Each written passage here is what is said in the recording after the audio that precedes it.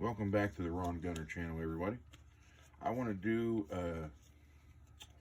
I guess you'd say another review or possibly another commercial type video on a product I absolutely love. Now, I did an article on this, and one of the comments was, why would I want to buy this product for $100 and $100 plus when I have the same thing at my workbench in the shop? And my comment was going to be, but I didn't do it. I just kind of let those go on the website.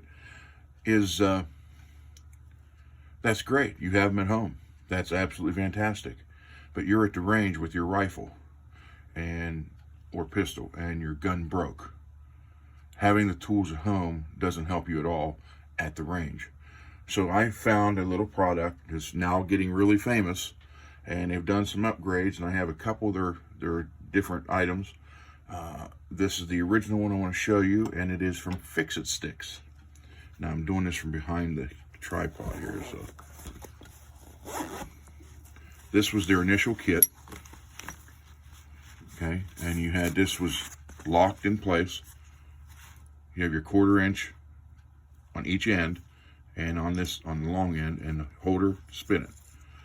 This was attached, could not come off. Then you come over here, and I have the 1911 front bushing tool, and somewhere in here, if I can get it out. Sorry for the gloves. Been working on bedding and stuff, and my hands are a mess. A Glock front sight tool. And then you could actually take this out of the case if you needed to, which most people did. Oh, you also have this hex head extension. I think it's a 3/16. Then you had this out, and you could set it on the table, and it has not every one, obviously, but the most common bits. Star, Torx, whatever you want to call them, Allen head, and regular. And you have a 1/2 inch socket, and then you have these torque limiters. You have a 15, a 25, a 45, and a 65 inch-pounds, not foot-pounds. Most common. Now, I do know if you use Vortex rings, I think they call for 18 inch-pounds, but you got a 15 and a 25. So you'd have to go with just a 15 or do a lucky guess with a 25. Well, they resolved that problem too. But anyhow, this was your basic kit. What would happen is you'd put this on, insert this in the T-handle, put whatever bit you want in it, and then obviously just start turning it, and eventually you'll hear a very faint click, and this will quit turning. You've reached the torque setting. And that was great. I mean, I've used the crap out of this. I love it. If you had an AR, you had to buy this kit, which came with two ends, 1/4 inch on each end, and then you pull this apart. And there were some cleaning tools, castle nut, more or less to tighten up, a bolt cleaning tool, front sight adjustment brush, scraper, all kind of stuff in here. Then on this side, it was your basic bits again, most common. And you use this. These are hard to get out. Very hard to get out on some of them. There you go. So you could put the bit in between here and turn it like that, or you could do it this way, or you can get a 1/4 inch by 1/4 inch, basically Allen head, and put the two together. So this was for the AR. So you had to buy these two kits. And again, these are always in my range bags. Man, this is hard to do behind a tripod. I've never done that before. So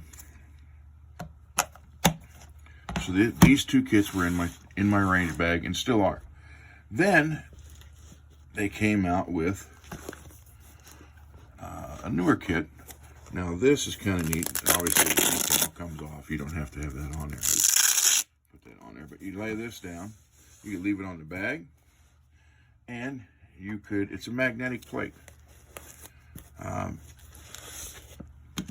For your tools or your nuts and bolts, throw it on there. There you go. So you didn't lose anything at the range. So they thought of everything. And that just attaches to this, like so, and you have it with you. Now you open this one up. Obviously this kit, I'll show you the bag size here. This kit is a little bigger, wider, as you can see, because this one is a combo kit of the AR parts and the regular torque limiters. You can see they've been used quite a bit. I do carry a couple extra batteries in here for the headphones. I have another 1911 bushing, and this one is a little bit different, as this one would come apart if you want to store it differently. Take the cap off, pull it apart, and there you go. That's the only difference in this, other than the fact, it still has the spinner handle, but you can do multi-configurations with this, which really makes it nice. And then you have your, again, your AR stuff, your most common bits, and your limiters. And I even have 3 of the extensions in here. Now I'll show you close up. This just goes in the end of the end of the T handle, and then you have your basically ball ends. So, but this is kind of bulky. To me, it doesn't bother me. I can see where it will on some people. So they came up with that, and taking into consideration again your 15 inch-pound limiter, your 25, the no in between. They then came out with the all-in-one torque limiter. Now this does not ratchet, okay? But what you can do, put it in there, put whatever bit in there, and how this works is, if you see this bottom line right here, you just turn this until that line lines up with any one of those, and then that meets that torque. So you now have 15, 25, 35, 45, 55, and 65. Now, if you need to go 18, you can go a little over the 15, not quite in the middle, the 15 to the 20 or 25, but you have more options that way. So this is basically anything from 0 to 65. And how it works, it doesn't click, you just turn it. This stays stationary. When that bottom line lines up with any of that, then that's where you are. So you could buy a kit now that's just this. It's T-handle and this, and then bits. And a lot less weight, a lot less area to carry.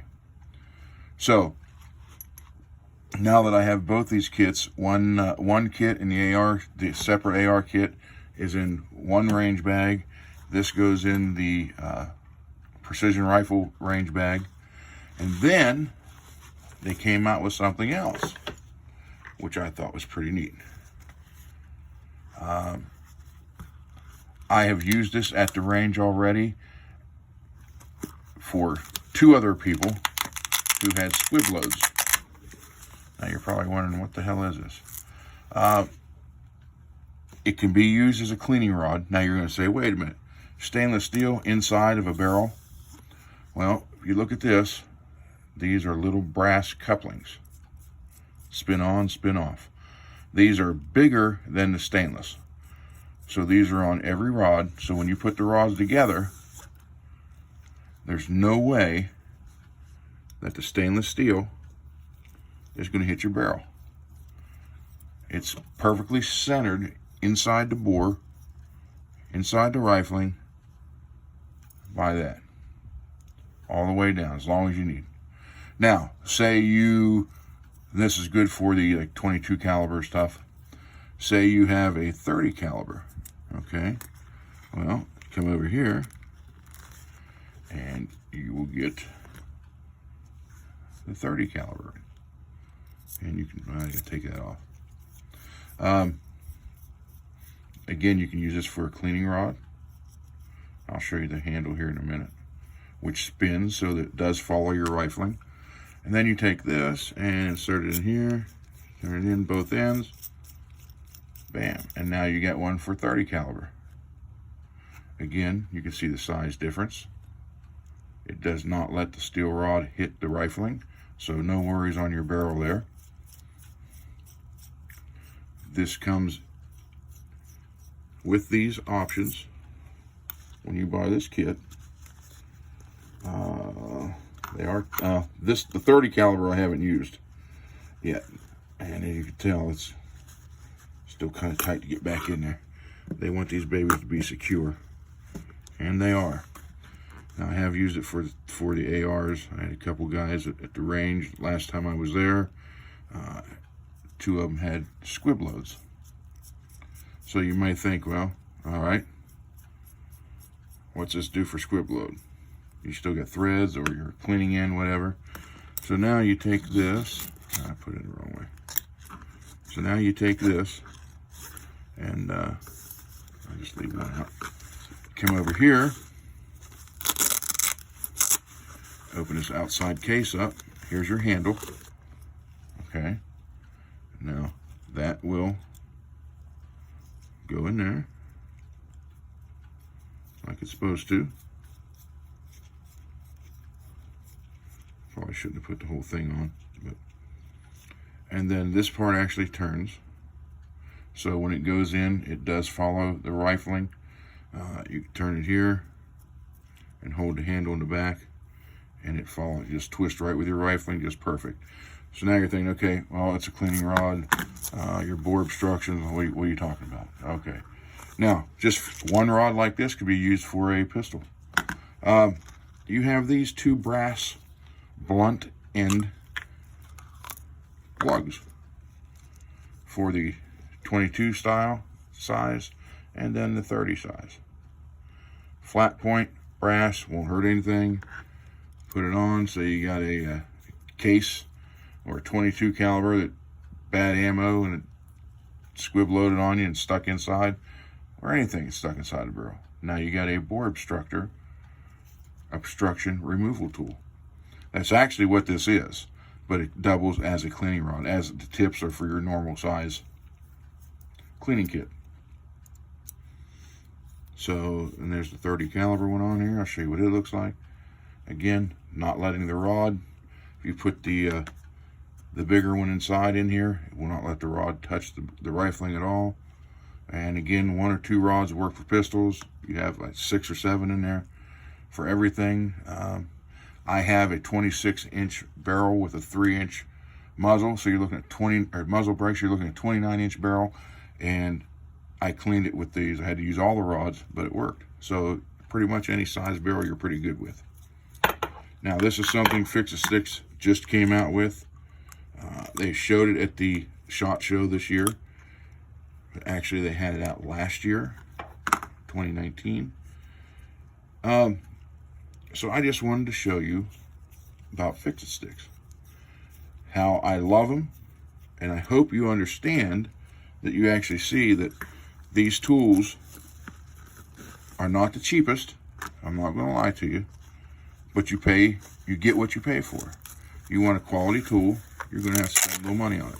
This kit right here, I believe, is just a little bit over $100. Don't freak out. If you do a lot of shooting, you have to have this stuff. So this stays in the precision rifle bag along with the big kit. So that's in there, and then this goes in my other range bag. And I keep everything. I've had people say, well, I'd never buy that, and then sometime within the year their gun breaks at the range, they're stuck, and they come humbly walking over to me and say, hey, Ron, can we use your Fix-A-Sticks for a minute? And I just look at them and say, sure, no problem. And, they sell them. Maybe you ought to buy a set and carry with you. I mean, I know you got your tools at home, but you're not at home right now, are you? So anyhow, that is a quick thing on Fix-A-Sticks. I absolutely love these. I do not go to any shooting event or any range at all without Fix-A-Sticks on hand. I'd rather have them and not need them, and then have the tools I need at home, and it doesn't help me at the range. So take my advice. If you need to save up for them, do it. Well worth the price. You use them 1 or 2 times, especially if you're in a match, a big match, they're more, you'll be glad you bought them. So anyhow, stay tuned. I have Accutac bipods, which, by the way, are the best bipods you can buy, along with something a lot of people don't realize they make, Accutac scope rings. They only make them in the high and 30 and 34 millimeter. Level both sides, but the engineering and the quality built into these things is unreal. So that's coming up. The thing on the 224 Valkyrie with the Wilson Combat AR is coming up. I got two BCM ones to come. I got to do a follow-up on actually a video that was removed on a BCM AR pistol. I'm going to do a follow-up to that, and then I have a new Marksman precision rifle BCM that I put the top part together. They don't sell strip lowers. Got all that showing. And what else? I got so much stuff to do. Accutac, Lewis, or L.E. Wilson dies. That's what I use for the 224 and the 223. The two match guns are done with L.E. Wilson dies. I have a operation video coming up on a Dillon 650 where I've actually added a non-Dillon part to it. But don't worry, it's blue, so it matches. And, oh man, I got so much stuff to do. L.E. Wilson dies, Accutac, Wilson Combat, BCM. I have an Accutac rifle, not made by them, but it is a Accutac theme rifle. So that's coming up. Review on Excalibur barrels, which I had 2 custom made, and I am in freaking love with these things. The one I just told you with the muzzle brake is 29 inches, is one of them. That's the 224 Valkyrie. And let me see, I'm looking around the shop here. Yeah, there's some other stuff. I probably have at least 10 videos to do within, actually a lot of them should have been done already. I got behind due to some health issues with my father. And so stay tuned. Thanks for hanging in with me. Check out Fix-It Sticks. I'm telling you, it's well worth the money they charge. If you do a good amount of shooting, you have to have those in your bag with you at the range, because if not, you'll kick yourself in the ass. Anyhow, stay tuned. Thanks for watching. And as my friend Defender of Freedom says, I am out.